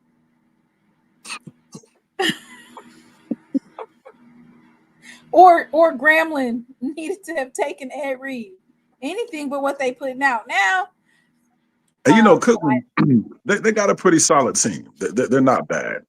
Even when we played them last year in that first half, they look pretty solid. So I don't think if Ed Reed would have gone to Cookman, I don't think they would be as successful as they are now, because he seemed to be very disorganized, very shoot from the hip, and you can't be that way as a head coach. Right.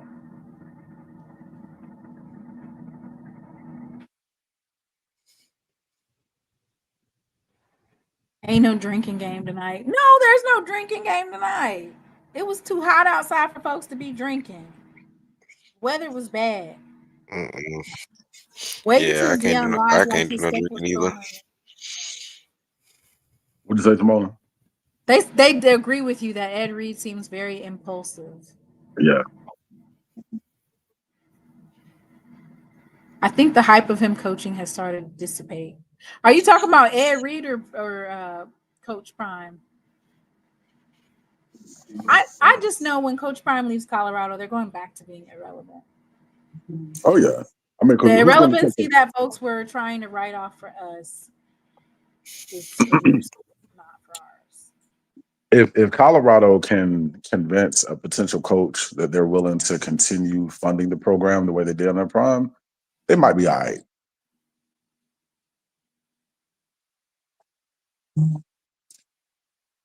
But who would want to follow that? None of the recruits. I was just gonna say, I don't see no recruits going there. Right. They were still drinking in the stadium. Miss Natasha, what? Y'all folks living life on the dangerous side. 100-degree weather, and y'all still in there drinking. Okay. Well, thoughts and prayers, because we got the Coach TC Taylor era, and I am waiting for the dynasty to go ahead and run the table again, and we'll be in Atlanta. There we go. Cool. I can't wait for the coach's call. Speaking of the coach's call, do y'all have any questions? I asked some questions last week. Do y'all have any questions? Let's go ahead and get these messy Yeah, why y'all questions soft in the middle? Why do you keep asking who is soft in the middle? Who? Why is who soft in the middle? Who was it? Who was it? I am going to say that they were definitely running all up and down the field tonight. Albany State was.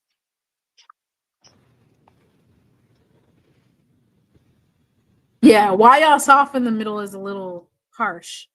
And we don't know who you're talking about.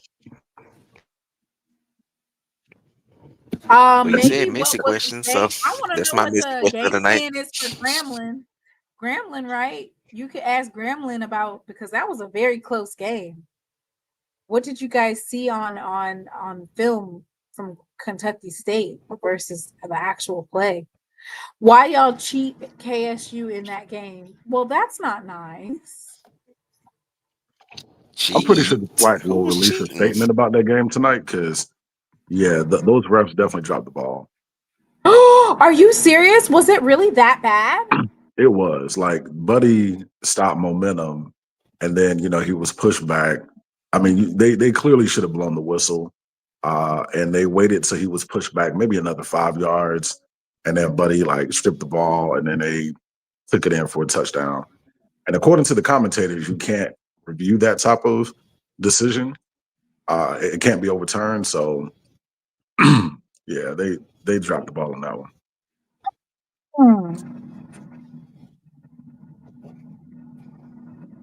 I would ask Coach TC, what are his plans for the off week? What does Yes. he, look to work on, kind of fix? Okay, that's a good question. It's interesting because there's actually a lot of teams that have bye weeks this week. I think there's 8 SWAC teams that have a bye week this week. I'm gonna have a bye week too. Yeah, that's real interesting. You're Oh gonna have a yeah, bye I'm gonna have a week. bye I'll week come as on here well. on Tuesday, but Thursday and Saturday, y'all gonna have to watch a rerun. So y'all make sure y'all get here on Yeah, Tuesday. There will be no SWAC I'm Saturday burnt next out. Saturday. Yeah. Everybody taking a week off. Y'all better go watch them videos I uploaded. Run them up, run them up, Yeah, run them up. Run them up. I'm gonna clip coming in here clowning, acting a fool. They did Said review flag. it and still the fix was in. Oh, they said they did review it and they still decided that the call stands. Because I think when you make a call, once you make the call, you have to have enough evidence to overturn it. I think that was the thing that was the problem. Yeah, because the only games next week are Edward Waters versus Bethune-Cookman, Northwestern State versus Prairie View, Lane versus Alabama A&M, and then East Texas A&M versus Grambling State. Wow. Ask Coach TC about the penalties. Okay, Miss Natasha. That'll be a 2-for-1 then. I'm going to ask Coach TC, what do you plan on doing this bye week to fix the penalties? And what are some other things you plan on working on?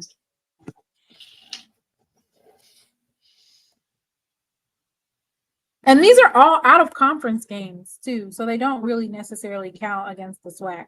We can start getting into SWAC play, y'all. The 27th is going to be a huge day for all of SWAC football. You have Alabama State versus Florida A&M. That's a big game. Alabama A&M versus Bethune-Cookman.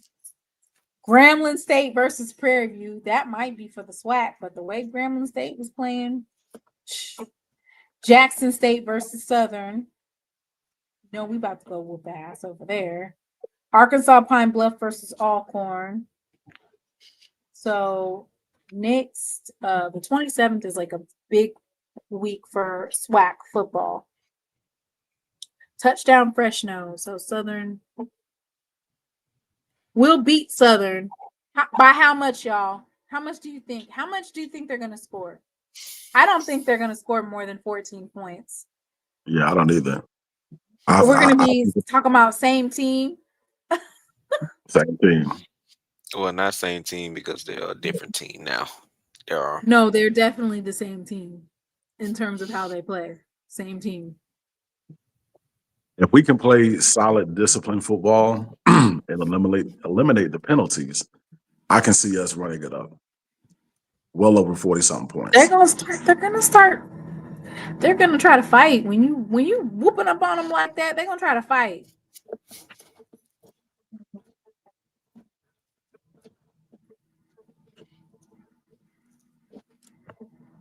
Good Lord.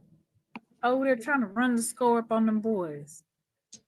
We might have some Jackson State alums pull up to that game too. I think there's a Friday night battle of the bands too, I believe. Yes, there is. Yes, there is. the boombox. Yep, the boombox is the night before on the 26th, and it starts at 8 p.m. Is that gonna be inside the stadium or in the mini dome? Yep, beside the stadium. Okay. And tickets are on sale right now. Actually, let me drop the link in the chat. So if you plan on going to the Boombox Battle of the Bands, tickets are on sale right now. They're on sale for $30 for general admission.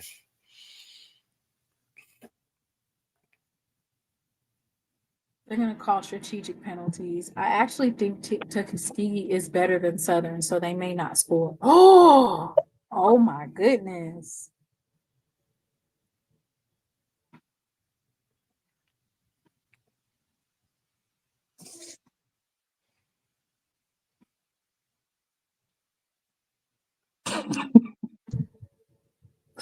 Let me go ahead and play my favorite little how you gonna fix it.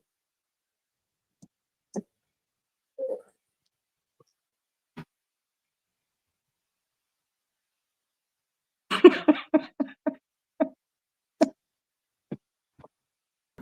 gonna fix it? You done messed me up to this visit. I done called the police because I'm doing a refund. A refund is due unto me. Don't feel like I just been abused out here today.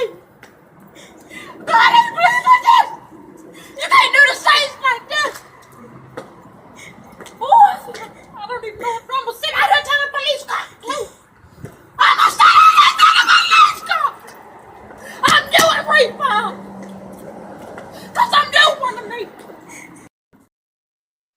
I will say this, like the first half, like watching Albany State versus FAMU, I know folks was Oh my God. Oh my God. It was bad. It was bad. I was like, oh my God. But they got it together. And I don't know what coach said to them in the locker room. That's a question that I want to ask. What was your halftime speech to your players in the locker room? Because they came out at half with some fire behind them. Like, what did you say to those young men in the locker room? You're talking about FAMU, right? Yeah. Because before the half, Look, oh my God. I saw that. I saw Albany was leading them 14-3. I said, "Oh Jesus!"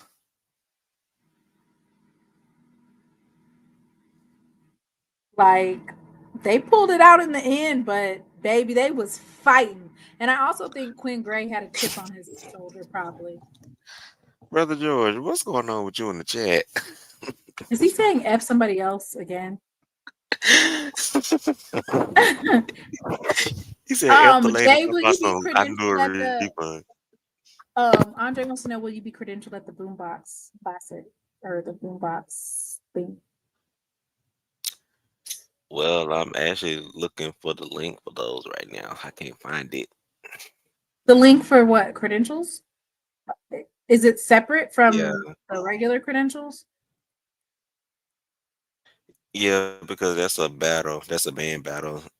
That's not part of the actual game. Well, I'm actually waiting to be approved for the game, so I don't know yet. But at the same time, I don't even know if I'm gonna go to the Battle of the Bands because my high school homecoming is the same night. So enjoyed that. I'm actually torn right now. I'm torn right now. I don't know what I'm gonna do. So just like Carl says, enjoyed seeing our younger Tigers play today on the team. That was definitely what I wanted to see from, not just Jackson State, but from a couple of other teams. But being able to see that depth was really good, and being able to see how talented all of our running back room, receiver, quarterback, defensive line, defensive ends, linebackers, special teams, being able to see all of that was great. Oh yeah, and it's also bad because Oh, I was gonna say, it's also bad because it's also my 5-year class reunion too. So Your I what don't know what year? I'm gonna do. My 5-year 5 class reunion. Mm-hmm. Yeah, I'm 5 years out of high school, y'all. That's a blessing. Yeah. Mm-hmm. Damn, Southern. We got to do something about Okay. these money games. I'm sure there's a team in Louisiana that can play. No, I'm tired of like who? Like LSU maybe? I don't know. No, I'm I talking about just no. I meant like a lower FBS team that can play in Louisiana. why would you play even a lower tier? I don't know. I'm kind of I don't I know. mean, at least a team that you can at least attempt, not attempt, but that you can like Competitive. at least, yeah, like how we Gonna be play competitive. USM. I mean, they can play ULM. What's another one in Louisiana? I'm not even gonna say what year it makes me out of high school. We're just not gonna talk about It might be the Yeah, payout. 'Cause, yeah. ULM is probably not going to pay more than 350, and I'm pretty sure Fresno State gave Southern a nice check. that. I should hope so, going all the way to California. Right. Is LA Tech a good FBS team that could play or no? Yeah, they played them a couple times in the last couple years. Um, I don't But think the see, with payout. me, the 350,000 that you get paid, like that USM game, you can Yeah, definitely make $350,000 at home. but see, that's a fact. Their fans are not showing up to the games.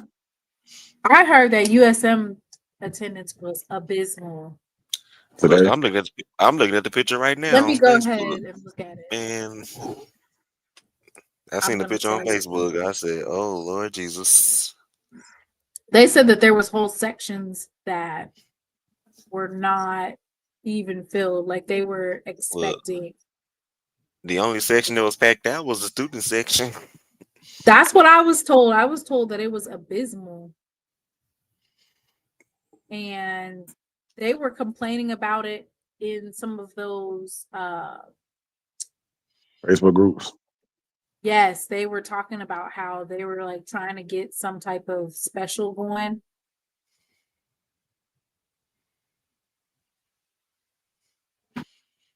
The fans don't Let's believe. okay. So it says that they had 24,534. But compared to Jackson State, and that's why they're always bringing us scheduling a HBCU. 32,011 for Jackson State. And I want to Taxing say, the prices too. huh? I seen Yeah, and then taxing the they raised the prices too. prices on the game and just all type of tactics because they know that Jackson State is good. Or Alcorn. Alcorn State shows up pretty good too.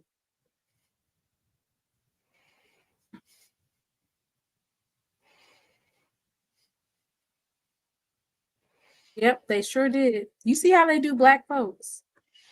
They were talking and bragging about how much economic impact they were going to get from Jackson State coming to town.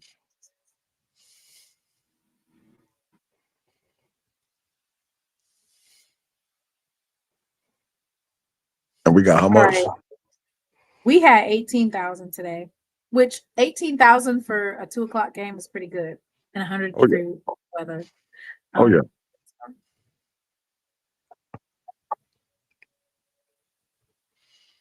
We're not playing the drinking game, Brother George. We don't even have Mr. Ford on here who gets y'all to do all the drinking because of all of the sayings that he always says continuously. Y'all want to drink on a Tuesday night? Y'all can have your water or your Gatorade. Not a Tuesday. Huh? Maybe A a water or Thursday. Gatorade. You can drink water, Gatorade, lemonade. Because you know Mr. Ford's going to say everything that he normally says. 2,500 at Grambling today. Those are probably mostly students. Oh, did y'all hear? Alcorn's band is playing at the Superdome for the Saints game. When? Tomorrow? Let me see. At Dynamite? Mm-hmm. It's going to be on September 14th. Wait, hold on. Yeah, tomorrow. That's tomorrow. Yeah, that's tomorrow. Dynamite, you better be booked. The Saints got a lot of work to do, but congratulations. Yep, they'll be playing at the San Francisco 49ers game. Sounds of pop rocks.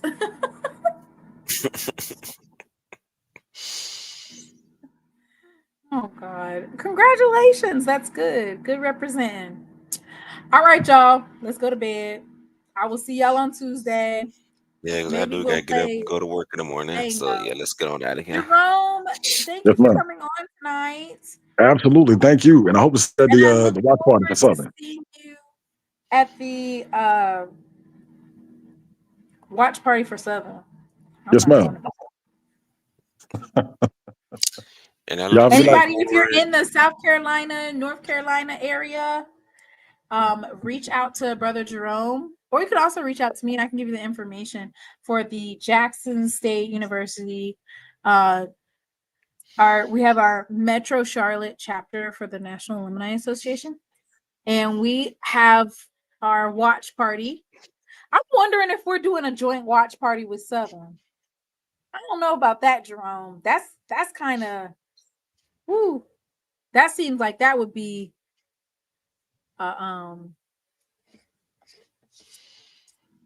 heated game. Jay, do you want to lead us out? Middle or watch Between me and thee, while we're absent. one from another. Make sure y'all tune in to the channel tonight. I got some uploads up Yeah, I love because I only love the undefeated in get back games, reigning HBCU national champions, SWAC champions 3 of the last 4 years. Atlanta.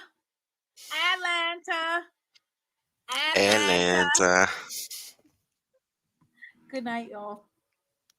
Peace. He said, why are you over there singing my song? That's supposed to be a rap song. You over there singing us. Poor Bethune-Cookman.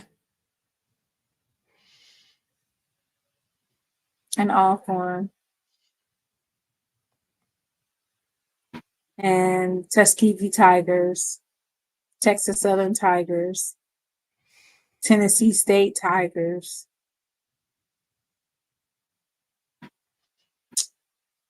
Y'all have a good night. I've had some weary days and some sleepless nights.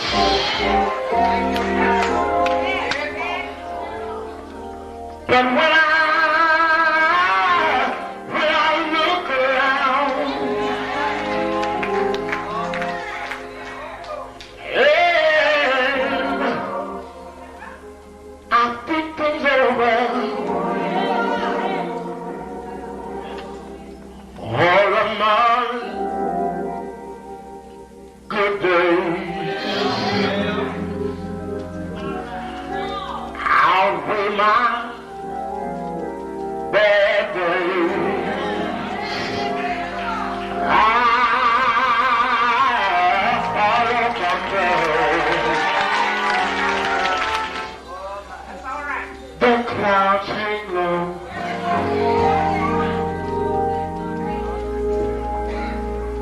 I can hardly see the road. I ask the question, Lord. Lord, why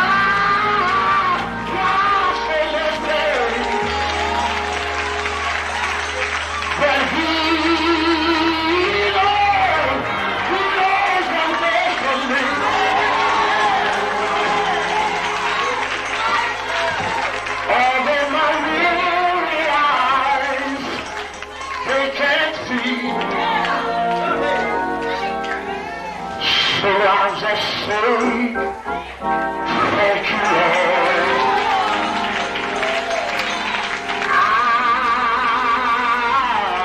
I won't complain.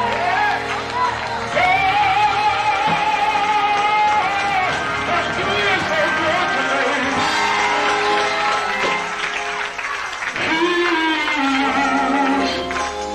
He's been good to me. Better than this world, all you could ever be. He's been so good.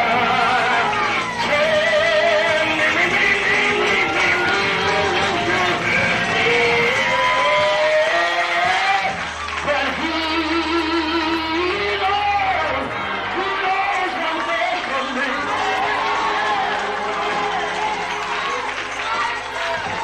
Although my weary eyes, they can't see.